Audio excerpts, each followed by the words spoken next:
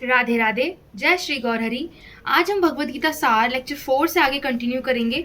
अगर आपने हमारे पिछले वीडियोस नहीं देखे हैं तो आप प्लेलिस्ट में जाके चेकआउट कर सकते हैं। तो चलिए विदाउट एनी डिले स्टार्ट करते हैं। परम पूर्ण अर्थात श्री भगवान में अपार शक्तियां हैं। पराशय शक्ति विविधेव श्रूयते। भगवान श्री कृष्ण किस प्रकार अपने विभिन्न शक्तियों द्वारा कार्यशील हैं, यह भी श्रीमद् भगवत गीता में समझाया गया है। यह परिवर्तनशील जगत या भौतिक जगत जिसमें हम रह रहे हैं भी स्वयं में संपूर्ण है, क्योंकि जिन 24 तत्वों से यह नश्वर भौतिक ब्रह्मांड निर्मित है वे सांख्य दर्शन के अनुसार इस ब्रह्मांड के पालन तथा धारण के लिए अपेक्षित संसाधनों से पूर्णतया समन्वित है।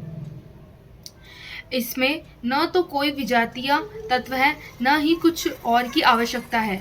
इस सृष्टि का अपना निजी नियत काल है, जिसका निर्धारण पूर्ण परमेश्वर की शक्ति द्वारा हुआ है, और जब यह काल पूर्ण हो जाता है तो उस पूर्ण की पूर्ण व्यवस्था से इस क्षणभंगुर सृष्टि का विनाश हो जाता है। लघु पूर्ण इकाइयों अर्थात जीवात्माओं के लिए इसकी पूर्ण सुविधा प्राप्त है कि वे पूर्ण की प्राप्ति प्रतीति करें, और अगर किसी भी प्रकार की अपूर्णताओं का अनुभव किया जाता है तो वह पूर्ण के बारे में ज्ञान की अपूर्णता के कारण ही होता है। इस प्रकार श्रीमद् भगवत गीता में वैदिक विद्या का पूर्ण ज्ञान पाया जाता है। सारा वैदिक ज्ञान अमोघ अच्युत है और हिंदू इस ज्ञान को पूर्ण तथा अमोघ मानते हैं। उदाहरणार्थ गाय का गोबर एक पशु का मल है, और स्मृति या वैदिक आदेश के अनुसार यदि कोई पशु के मल का स्पर्श करता है तो उसे शुद्ध होने के लिए स्नान करना पड़ता है। लेकिन वैदिक शास्त्रों में गाय के गोबर को पवित्र करने वाला माना गया है। किसी को यह विरोधाभास लग सकता है, लेकिन यह मान्य है क्योंकि यह वैदिक आदेश है और इसमें संदेह नहीं है कि इसे स्वीकार करने पर किसी प्रकार की त्रुटि नहीं होगी। अब तो आधुनिक विज्ञान द्वारा यह सिद्ध किया जा चुका है कि गाय के गोबर में समस्त कीटाणुनाशक गुण पाए जाते हैं। अतएव वैदिक ज्ञान पूर्ण है, क्योंकि यह समस्त संशयों एवं त्रुटियों से परे है, और श्रीमद् भगवत गीता समस्त वैदिक ज्ञान का सार है। वैदिक ज्ञान शोध का विषय नहीं है। हमारा शोध कार्य अपूर्ण है, क्योंकि हम अपूर्ण इंद्रियों के द्वारा शोध करते हैं। हमें पूर्ण ज्ञान को स्वीकार करना होगा, जो जैसा कि भगवत गीता में बताया गया है परंपरा शिष्य परंपरा द्वारा हम तक पहुंचता है। हमें ज्ञान को यथार्थ स्रोत से ऐसी शिष्य परंपरा से ग्रहण करना चाहिए जिसका प्रारंभ परम गुरु स्वरूप साक्षात भगवान से हुआ था, और फिर जो ज्ञान गुरु शिष्यों की परंपरा द्वारा क्रमिक रूप से आया था। छात्र के रूप में अर्जुन ने भगवान श्री कृष्ण से शिक्षा ग्रहण की है, और उनका विरोध किए बिना वह भगवान श्री कृष्ण की सारी बातें स्वीकार कर लेता है। किसी को श्रीमद् भगवत गीता के एक अंश को स्वीकार करने और दूसरे अंश को अस्वीकार करने की अनुमति नहीं दी जाती। हमें श्रीमद् भगवत गीता को बिना किसी प्रकार की टीका टिप्पणी, बिना घटाए बढ़ाए तथा विषय वस्तु में बिना हमारी अपनी मनोकल्पना के स्वीकार करना चाहिए। श्रीमद् भगवत गीता को वैदिक ज्ञान की सर्वाधिक पूर्ण प्रस्तुति समझना चाहिए। वैदिक ज्ञान दिव्य स्रोतों से प्राप्त होता है, और उसका पहला प्रवचन स्वयं भगवान ने किया था। भगवान द्वारा कहे गए शब्द अपौरुषेय कहलाते हैं, जिसका अर्थ यह है कि वे 4 दोषों से युक्त संसारी व्यक्ति द्वारा कहे गए शब्दों से भिन्न है। संसारी पुरुष के दोष हैं, वह त्रुटियां अवश्य करता है। सेकंड, वह अनिवार्य रूप से मोहग्रस्त होता है। थर्ड, उसमें अन्यों को धोखा देने की प्रवृत्ति होती है। तथा फोर्थ, वह अपूर्ण इंद्रियों के कारण सीमित होता है।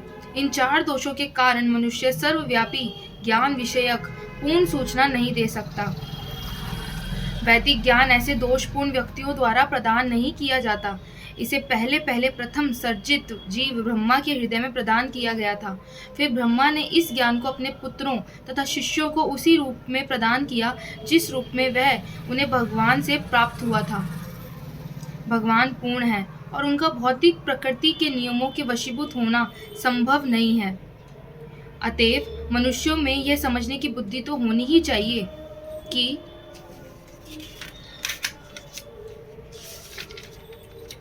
भगवान ही ब्रह्मांड की सारी वस्तुओं के एकमात्र स्वामी हैं, और वे ही आदि सृष्टा तथा ब्रह्मा के भी सृजन करता है। 11वें अध्याय में भगवान को प्रपितामह के रूप में संबोधित किया गया है, क्योंकि ब्रह्मा को पितामह कहकर संबोधित किया गया है और वे तो इन पितामह के भी सृष्टा हैं। अतएव किसी को अपने आप को किसी भी वस्तु का स्वामी होने का दावा नहीं करना चाहिए। उसे केवल उन्हीं वस्तु को स्वीकार करना चाहिए जो उसके पोषण के लिए भगवान ने अलग रखी है। श्री भगवान द्वारा हमारे हिस्से में रखी गई वस्तुओं को किस तरह काम में लाया जाए, इसके अनेक उदाहरण प्राप्त हैं। यह भी श्रीमद् भगवद गीता में समझाया गया है। प्रारंभ में अर्जुन ने निश्चय किया था कि उसे कुरुक्षेत्र के युद्ध में नहीं लड़ना चाहिए। यह उसका अपना निर्णय था। अर्जुन ने भगवान से कहा कि अपने ही संबंधियों को मारकर राज्य का भोग करना उसके लिए संभव नहीं था। यह निर्णय शरीर पर आधारित था, क्योंकि वह अपने आप को शरीर मान रहा था और अपने शारीरिक संबंध या विस्तार को भाइयों, भतीजों, सालों, पितामहों आदि के रूप में ले रहा था। अतएव वह अपनी शारीरिक आवश्यकताओं को तुष्ट करना चाह रहा था। अतएव भगवान ने श्रीमद् भगवद गीता का प्रवचन इस दृष्टिकोण को बदलने के लिए ही किया और अंत में अर्जुन भगवान के आदेशानुसार युद्ध करने का निश्चय करते हुए कहता है, करिष्ये वचनम तव, मैं आपके वचन के अनुसार ही कार्य करूंगा। इस संसार में मनुष्य बिल्लियों तथा कुत्तों के समान लड़ने के लिए नहीं है। मनुष्यों को मनुष्य जीवन की महत्ता समझकर सामान्य पशुओं की भांति आचरण करना बंद कर देना चाहिए। मनुष्यों को अपने जीवन के उद्देश्यों को समझना चाहिए और इसका निर्देश सभी वैदिक ग्रंथों में दिया गया है। इसका सार श्रीमद् भगवद गीता में मिलता है। वैदिक साहित्य मनुष्यों के लिए है, पशुओं के लिए नहीं। एक पशु दूसरे जीवित पशु का वध करे तो उसे कोई पाप नहीं लगता, लेकिन यदि मनुष्य अपनी अनियंत्रित स्वादेंद्रियों की तुष्टि के लिए पशु का वध करता है तो वह प्रकृति के नियम को तोड़ने के लिए उत्तरदायी है। श्रीमद् भगवद गीता में यह स्पष्ट रूप से समझाया गया है कि प्रकृति के विभिन्न गुणों के अनुसार 3 प्रकार के कर्म होते हैं, सात्विक कर्म, राजसिक कर्म तथा तामसिक कर्म। इसी प्रकार आहार के भी 3 भेद है, सात्विक आहार, राजसिक आहार तथा तामसिक आहार। इन सब का विशद वर्णन हुआ है और यदि हम श्रीमद् भगवद गीता के उपदेशों का ठीक से उपयोग करें तो हमारा संपूर्ण जीवन शुद्ध हो जाएगा और अंततः हम अपने गंतव्य को प्राप्त कर सकेंगे, जो इस भौतिक आकाश से परे है। वह गंतव्य सनातन आकाश या नित्य चिन्मय आकाश कहलाता है। इस भौतिक जगत में हम पाते हैं कि प्रत्येक पदार्थ क्षणिक है। वह उत्पन्न होता है, कुछ काल तक रहता है, कुछ उप पदार्थ उत्पादन करता है, क्षीण होता है और अंत में लुप्त हो जाता है। भौतिक संसार का यही नियम है। चाहे हम इस शरीर का दृष्टांत ले या किसी फल का या किसी अन्य वस्तु का, किंतु इस क्षणिक संसार से परे एक अन्य संसार है जिसके विषय में हमारे पास जानकारी है। उस संसार में एक अन्य प्रकृति है जो सनातन है। 11वें अध्याय में जीव को भी सनातन बताया गया है और भगवान को भी सनातन बताया गया है। हमारा भगवान के साथ घनिष्ठ संबंध है और चूंकि हम अपनी गुणात्मक रूप से हम सभी गुणात्मक रूप से एक हैं, सनातन धाम, सनातन भगवान तथा सनातन जीव। अतएव श्रीमद् भगवद गीता का सारा अभिप्राय हमारे सनातन धर्म को जागृत करना है, जो कि जीव की शाश्वत वृत्ति है। हम अस्थायी रूप से विभिन्न कर्मों में लगे रहते हैं, किंतु यदि हम इन क्षणिक कर्मों को त्याग कर परमेश्वर द्वारा निर्धारित कर्मों को ग्रहण कर ले तो हमारे ये सारे कर्म शुद्ध हो सकेंगे। यही हमारा शुद्ध जीवन कहलाता है। इस बुक में बहुत प्यारे प्यारे पैलेट्स भी है, ये देखिए। इसमें श्रीमद् AC भक्ति वेदांत स्वामी प्रभुपाद जी की पिक्चर है। Then second picture Chaitanya Mahaprabhu ji की और उनके पार्षदों की पिक्चर है।